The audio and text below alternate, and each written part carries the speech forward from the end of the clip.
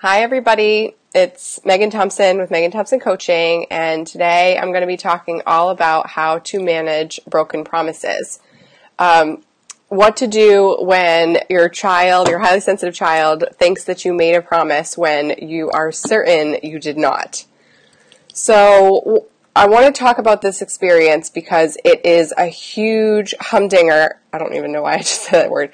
For parents, because you end up getting stuck in this position where you're waiting for your child to calm down, or even just trying to explain this whole situation about, well, I didn't make that promise. I know that you're really looking forward to that, but that's not really what I said I was going to do.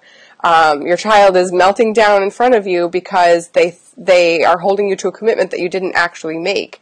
And a big mistake that I see lots of parents make is to get caught up in the reasons why they can't do that thing that their kiddo wants them to do, or to help justify the fact that their child is not correct, like that you did not make that promise to begin with.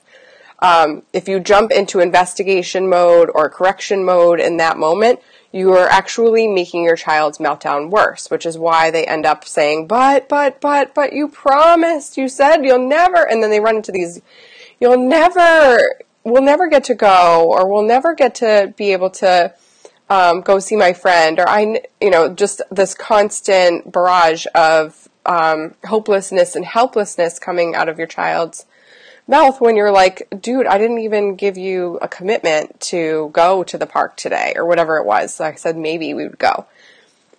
Why are you getting so mad, or why are you getting so upset?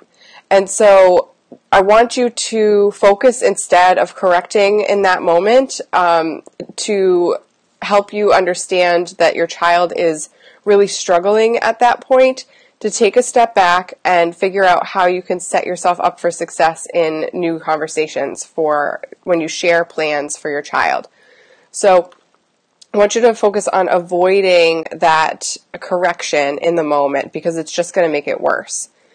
The next part is to recognize that your child's imagination is, I'm backwards here today with my list. Your child's imagination is huge. Now, you know this when your child is playing, you notice this when your child is writing English assignments and they are overwhelmed because they can't decide what to put on paper and what to leave out. You notice this when they're telling you a story about what happened today and going on and on and on and on. When, sometimes that's great, but other times you need to just move on with your task. The important thing to notice is that your child's imagination is running on overdrive all of the time. And that's one of the things that I think parents don't pick up on in the moment when your child is expressing disappointment for a quote-unquote promise. So I have a little visual aid for you here today. Some of you might have seen this graphic on the internet, and I couldn't really find it. I couldn't find the source, so I didn't want to share somebody else's artwork. So you get to witness my amazing artwork here. I have here the thought bubble in your head. Okay, this is you. You are talking about an event, and you maybe have one thought about it, and then another thought about it, and then these are the three things I have in my head about what we're going to do today when we go to the park, or what we'll plan to do today, which is we got to go to the grocery store, we're going to go to the park, we're probably going to go to the park, and then we're going to come home and do homework. So when your child hears those things, they hear grocery store, which is not very interesting, and then they hear park, and they hear oh, I could do all these things at the park, and all of these things at the park, and all of these things at the park.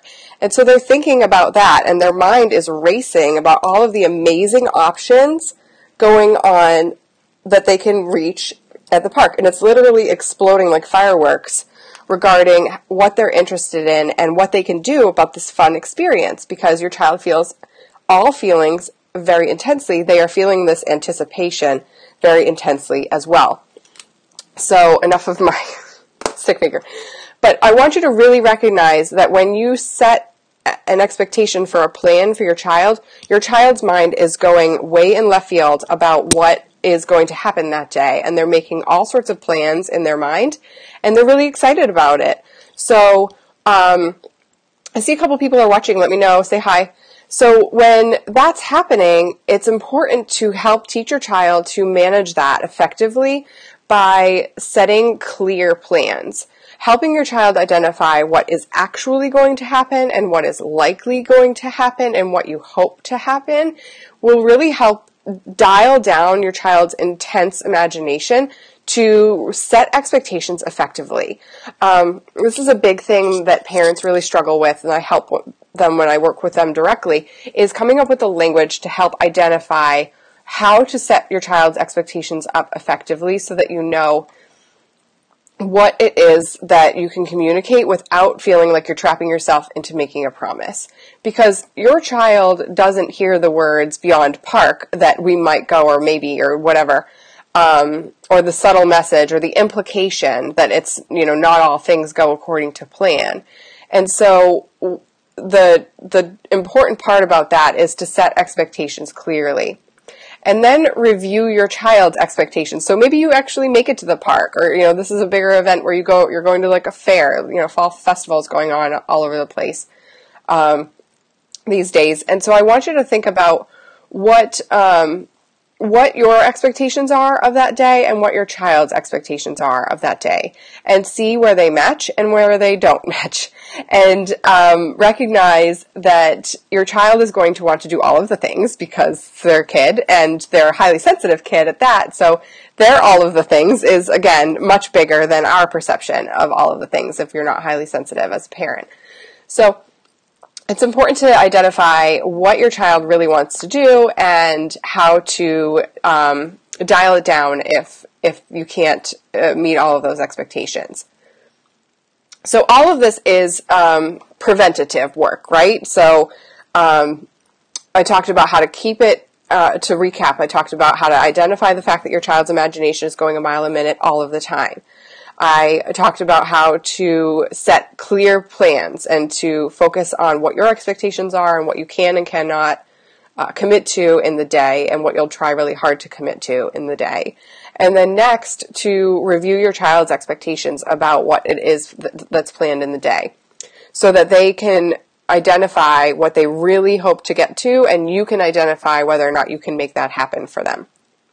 So the next piece is what to do in the moment. And at that point, as I've talked about before, if your child is on the verge of a meltdown, then identifying the feelings and validating is going to be the one and only skill to use at that moment.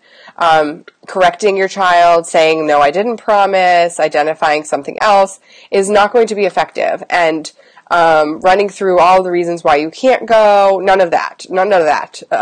Your child can't hear you, and your child is not going to be able to manage the logical perspective at that moment because they're feeling all their feelings. So focusing on noticing that they're disappointed and noticing that it sucks to feel disappointed is really where you need to be focused on in that moment. Now, this looks different for every kid, clearly, because, some kids can really struggle with managing how you say it, and other parents think they're validating, but they're really not validating. So if you feel like that's something that you're struggling with and you feel like you're doing all this, but it's still not working, of course, reach out to me. I'll put the link below on how you can contact me, especially if you're new to this group. I know we had over 100 people, almost 150 people join in the last 2 weeks. So I really wanted to help you understand, get a little flavor of what I have here in these lives, but then also recognize that I do work with parents directly to help make this be effective for your family, because it doesn't make any sense to have to just keep watching these videos and scrambling and drowning in all of these meltdowns. If you need more help, reach out.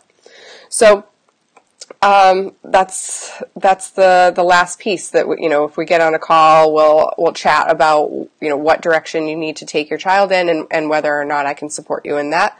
But we'll definitely get clear on the objectives, on what you need, and setting the goals forth on what your child could benefit from in the next steps for supporting them in eliminating those meltdowns that are coming to you at a daily basis. So I want to see if there's any questions. I know somebody's watching live, and then if you're not watching and you catch the replay, let me know, say replay, and let me know questions that you have for this. So Facebook just oh, Beth says hi. Hi, Beth. Looks like you're the one watching right now, so great to see you, and happy Friday. And let me know if you have questions. I'm going to just take a drink. This cold is lingering like, I don't even know. I don't have a nice analogy, but it needs to go away. I'm super stuffy still.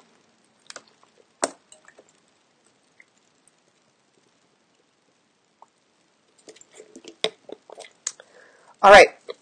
So it doesn't look like anybody has any questions yet, but I will drop the link below as I mentioned, and I will talk to you soon. Thanks.